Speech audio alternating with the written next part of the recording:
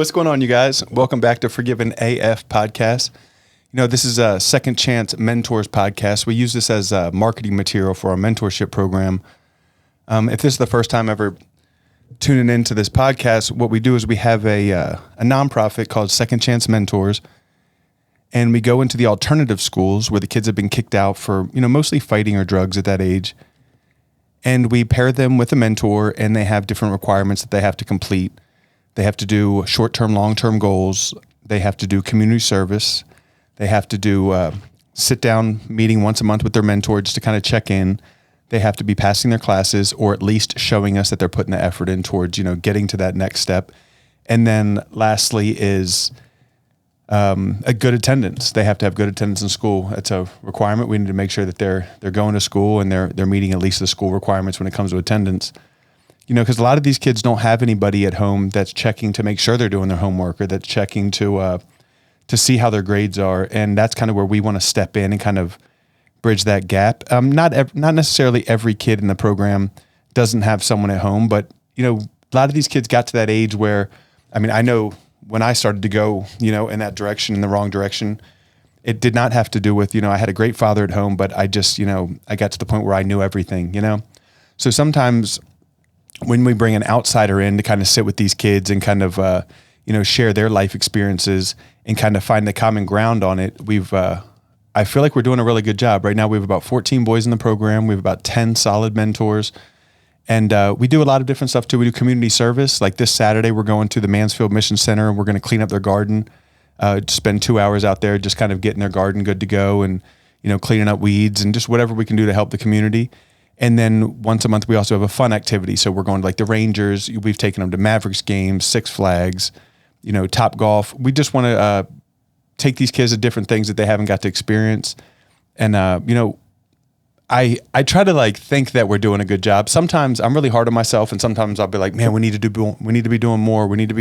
But, these kids just knowing that they have somebody now that they can turn to when they need someone to talk to, or just someone checking in on, like I said earlier, has really been awesome.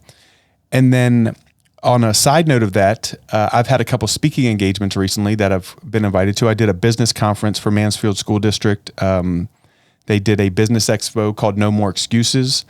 And I went and presented what I'm going to present today. And then last Friday, I got invited to come to Waxahachie, which is South Dallas, kind of. It's still the DFW area. They have a juvenile system. So these kids have actually committed a crime where they have to go to a special school where they're basically imprisoned and having to go to school there. I think some of them get to go home, but they have to be there for like a certain amount of time during the day. And it's very regulated and, they're watched over. And so I got asked to come down there and share, my story and just kind of speak. So both of those speaking engagements that I had recently, I was like, man, what should I share with them? Like even the business one, I was like, you know what, business is great. We can go into entrepreneurship and we can talk about, building a brand, or but what I felt a better calling towards this, or a better idea of how to approach this would be to, I wanted to give the kids, at the end of all these podcasts, I ask whoever the guest is to come and, at the end I ask them to share, hey, what is the best piece of advice for you have for somebody at 16 years old that you wish you would have known at that age? And I've gotten some awesome answers on the show. So what I did for these speaking engagements, where I put together my top 5, top 5, keys to success. That's what I would call it. My 5 keys to success that I wish that at 16 years old, I would have been able to internalize and really grasp, because I think it would have definitely changed the trajectory of my life, and probably wouldn't have ended up in some of the circumstances that I did. And I decided that for today's podcast, I'm just going to come on here and I'm going to share these top 5 things. Now, they are geared towards a 16-year-old, but there are still things in these top 5 keys to success that I struggle with and need to work on. There's a lot of adults that are struggling with these same things. So I'm going to go ahead and I'm going to share these top 5 keys to success for you guys.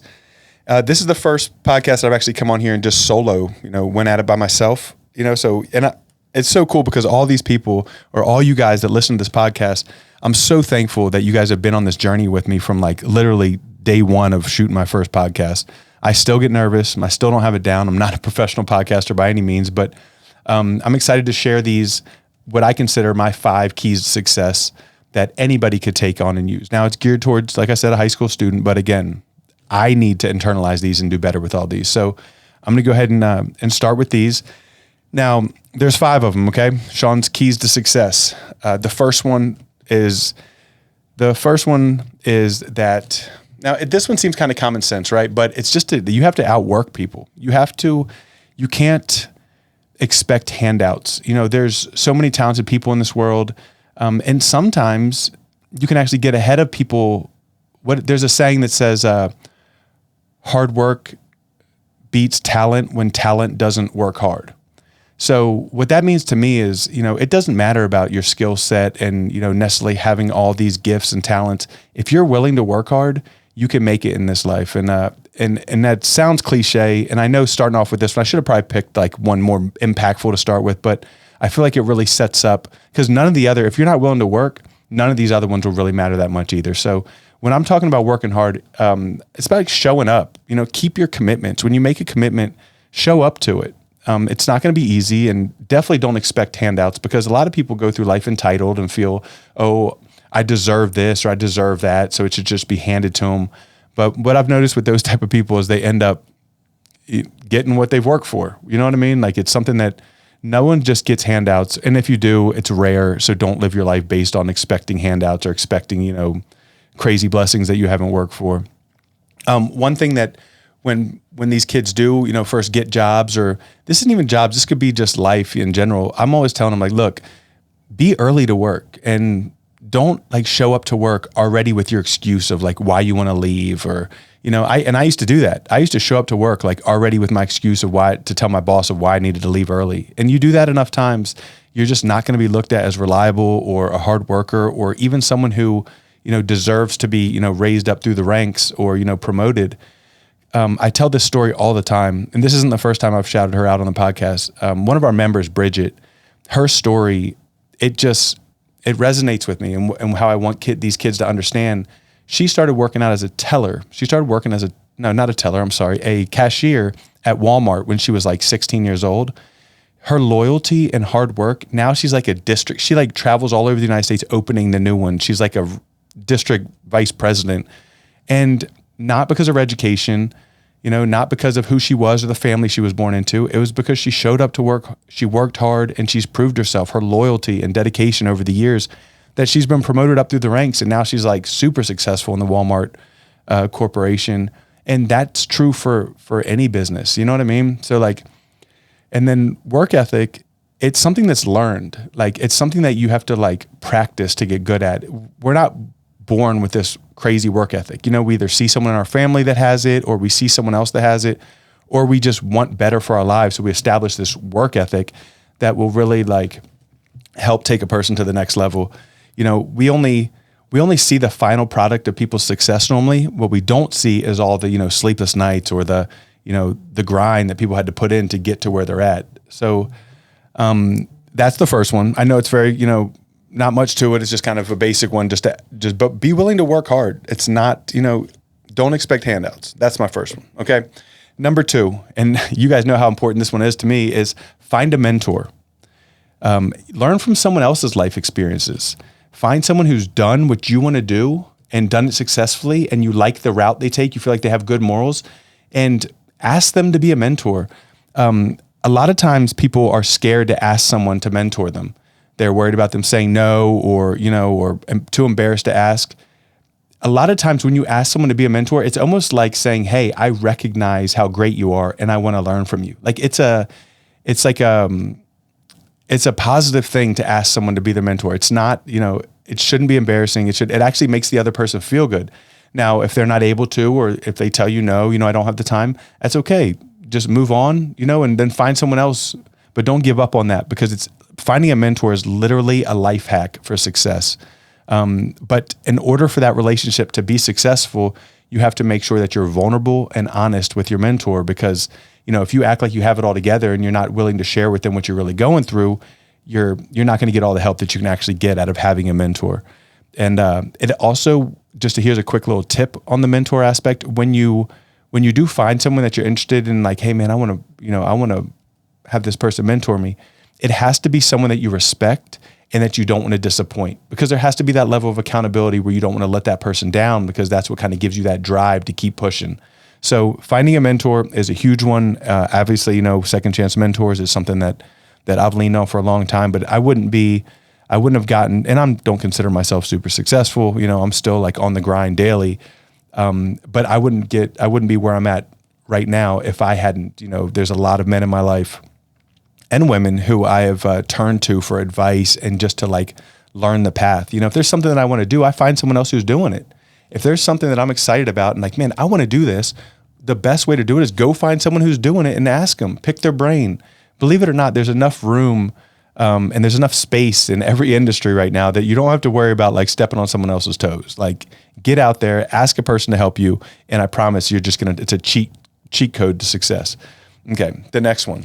And again, this one is huge, and it's set attainable goals.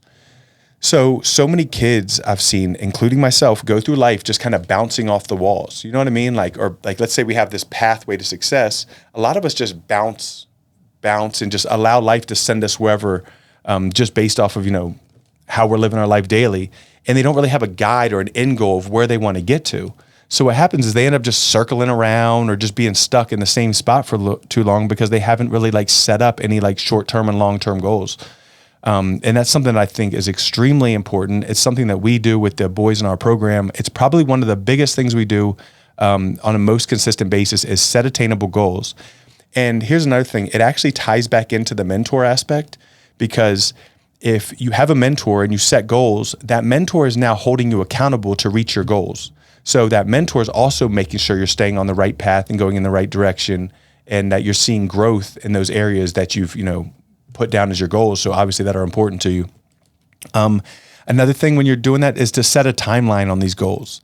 Because if we just say, hey, I want to be let's say a kid wants to be let's just say a pilot, right? You don't just put the end goal, I want to be a pilot. You need smaller steps that you're going to get through. So like the long-term goal can be a pilot, but the short-term goals need to be go to flight school, find a pilot that's willing to help you, study pass your first classes, take your instrument exam. Like those short-term goals keep you on track to reach that long-term goal. So it's very important that you're making sure that it's not just, I've got these goals for down the road, but I'm not doing anything to reach them. That's where the short-term goals come in to keep you on track to reach that goal.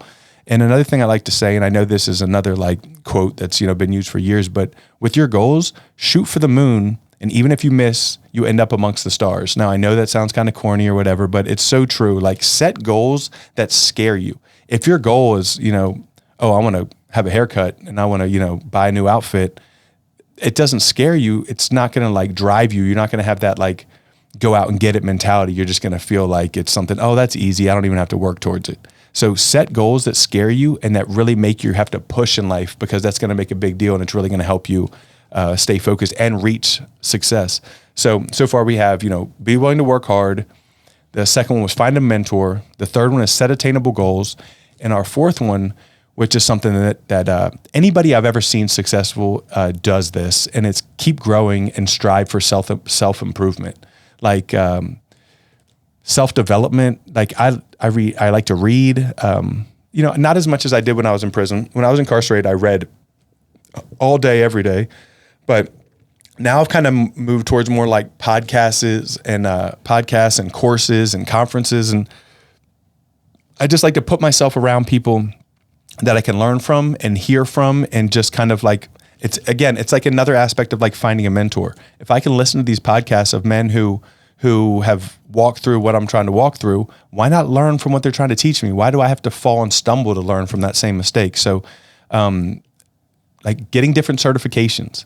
Like if there's something you're interested in, take the courses, get the certifications. All that does is better you in the long run of having more knowledge and information that you can use for being successful. The next one for, keep growing and self-improvement is to be coachable. You have to be coachable. You have to be willing to understand that you don't know everything. So be willing to learn. And a lot of times mistakes that I've made in my past, and this wasn't even in my notes, but I'm really excited to share this because I want someone else to not have to make the same mistakes I did, is don't judge a book by its cover as far as what you can learn from somebody. Like there's people where at first face value, I'm like, oh man, this guy, like what can I learn from this guy? And it's totally me just judging off of how the person looks. That person then gets on stage and drops so much knowledge and so much information that I'm like blown away. And every time I do that, I feel like it's God saying, I told you to stop judging people. I told you, look at this information that you just got from this guy. It's like almost every time I judge somebody like that, it's funny because I feel like I'm wrong. And I'm a pretty good judge of character, but that's still like, be willing to learn from anybody because everyone has different experiences and different life, things that they've gone through that you can learn from. So another one with self-improvement that I don't want to leave out because it's completely changed my life is exercise and nutrition. Exercise and nutrition is not just about how you look. Exercise to me it's like a therapy. It's a way that I'm able to stay clean. It's a way that I'm able to pursue something that's like almost bigger than myself. Yeah, it's for my health and how I look for sure, but it's really good for my mental health and inside my brain. It's something about exerting myself hard like that and doing hard things and builds my self-confidence on the inside. I think I get more out of fitness on the inside than I do on the outside, although, I definitely started getting into it for, to lose some weight and to feel healthy. But when you start exercising, you start eating right, you build this confidence that cannot be taken away from you and can really set you up for success. Like Deion Sanders said, you look good, you feel good, you play good, it pays good, right? So that's just always a saying that I've really liked and that kind of ties into the exercise, nutrition, and even taking care of yourself. Show up ready to go. Like, so many kids nowadays leave the house every day in these, in their sweatpants and their Crocs and their hair looking all crazy. You never know. Every time you leave the house, you never know who you're going to meet, who could be the key to your next step in life. But if you're not ready for that opportunity or you're not presenting yourself well, that opportunity could bypass you. So, and I'm not saying you have to put a suit on every time you leave the house, but that's just something that I would definitely, take into account is, how you look and how you present yourself because, people are watching and they want to see if you're ready or you're the person that could be that what they're looking for their business or for their life or there's just so many different things that could happen. So, like I said, show up ready to go. And that's a really important one. And then the last one, which to me has been the difference in me being, going from the old drug life that I used to live, selling and using drugs, to the life I live now where I'm, instead of pushing dope, I'm pushing hope, you know what I mean? Pushing Jesus and pushing mentorship and pushing success to kids. So, and it's surround yourself with the right people. The best saying for that is show me your friends and I'll show you your future. My mom used to say that to me all the time and I just rolled my eyes like, yeah, all right, Mom, like I'm young, I'm just having fun. You don't understand.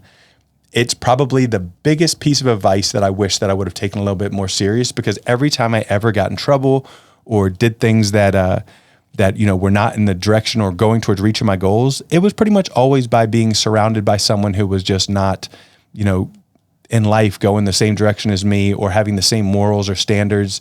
And I got, pulled back down with that. So when you're looking for your friends, man, or the people you hang out with, and I'm not telling you to blow everyone off who's not, perfectly aligned with what you're doing, but you need to start limiting your time with people that don't have the same goals and the same aspirations and the same, wants and desires out of life. Find people that are like-minded. Find people that are motivated like you are. Find people that have integrity. Do what they say they're going to do and carry themselves well. Find people that have a similar direction as you.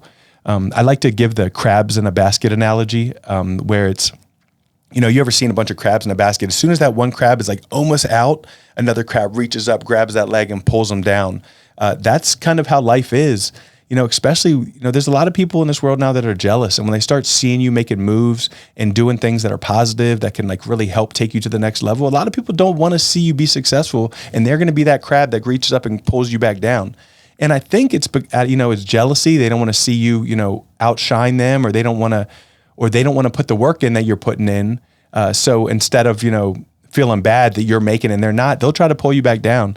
And that's happened to me many times in my life. And it's something that you have to be really careful. So be very, very, very, very careful about who you surround yourself. There's a saying when it comes to wealth that says your net worth will be the sum of the top 5 people you associate with the most. So if you take the top 5 people in your life that you associate with the most, add up how much each one of them makes, divide it by 5, and that's going to be the average sum or whatever.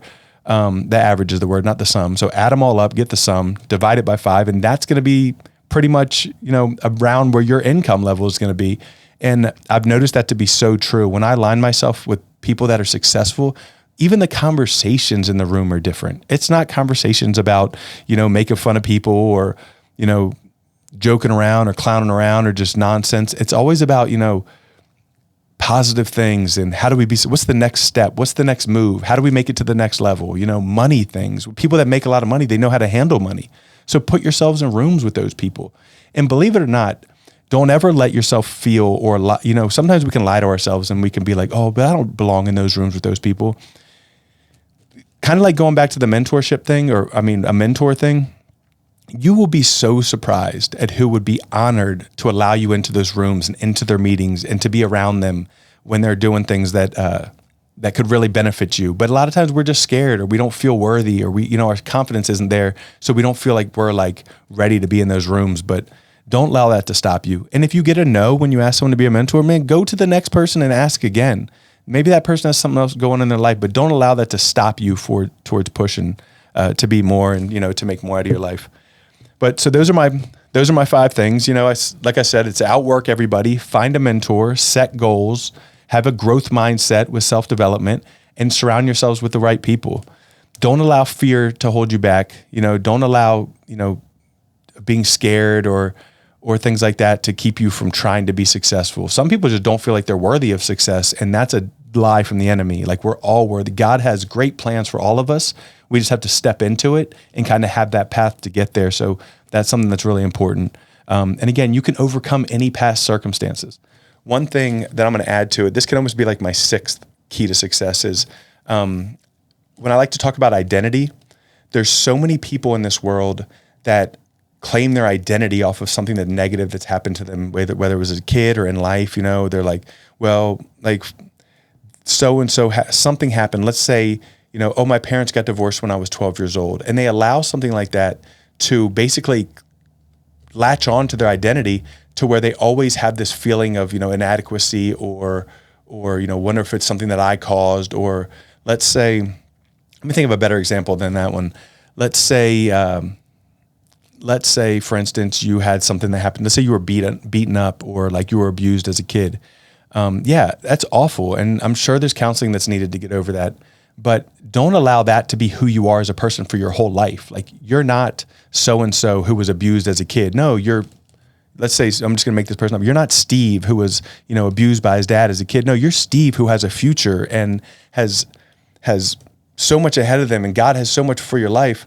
But it's so easy to get, that victim mentality of, oh, this happened to me, self-pity, feeling sorry for yourself, because self-pity is the devil. Self-pity will hold you back. Self-pity will keep you from stepping into what God's called you to do. Because when we sit around feeling sorry for ourselves, oh, woe is me, we're basically justifying and making it seem okay for us not to push forward in life and try to do more. So now we're like, oh, well, since my life has been so hard, it's okay that I just sit back on the couch and just do nothing. You don't understand how hard my life is. No. You're really just setting yourself up for failure by living in the past and identifying with something in the past. What you should identify with is you're a child of God and He's got huge plans for you, and you just need to step out and figure out how to make it happen. And that's when these 5 steps come in. So really, that's it for my 5 / added on that extra one on identity, keys to success. But I just really hope if there's anybody, if you got anything out of this, man, share it with somebody. I think that would be really cool if we could kind of, share this with the teenagers we know in our life, or even if you know anybody struggling, because these 5 keys can take a person out of struggling into success, and it doesn't matter what age they are. And then that's really it for that. One thing that I want to share or ask is if you see this on YouTube, if you could just drop a comment down below, or maybe go to like Apple Podcasts and maybe give us a review, kind of if there's anything you've gotten out of any of these episodes, because it will really help us boost in the algorithm to get these podcasts out there. Because when I do these podcasts, I promise this is not for me to be like, oh man, look at Shawn, look what Shawn's doing. I really do this and pour my heart and soul into this because I want to help people. And anyone that knows me, whether it's in the gym or the mentorship, I feel like they know that about me. And I'm not trying to just talk about myself, but But it's something that's super important to me, is to like provide hope, and to, cause I did enough of it the other way growing up, like as a kid, I was taken from people. How can I was manipulative. Like, how can I get things out of people? What can I get out of this? There was a lot of things that I've done in my life that I'm, embarrassed and ashamed about, but I don't allow that. I don't claim that as my identity. My identity is all positive, good things. I want to be a mentor, and I want to help people, and I want to give back to the community. And if you can try to find that in your life and how to find that identity into something positive, you'll definitely make it, you guys. So again, thank you I can't even explain how much it means to me that you guys listen to me, share these podcasts, and take time to listen to this out of your day. I don't take it for granted. And I just really, guys, want you to know that you're loved and you're forgiven, and there's nothing you can do about it. We'll see you in 2 weeks.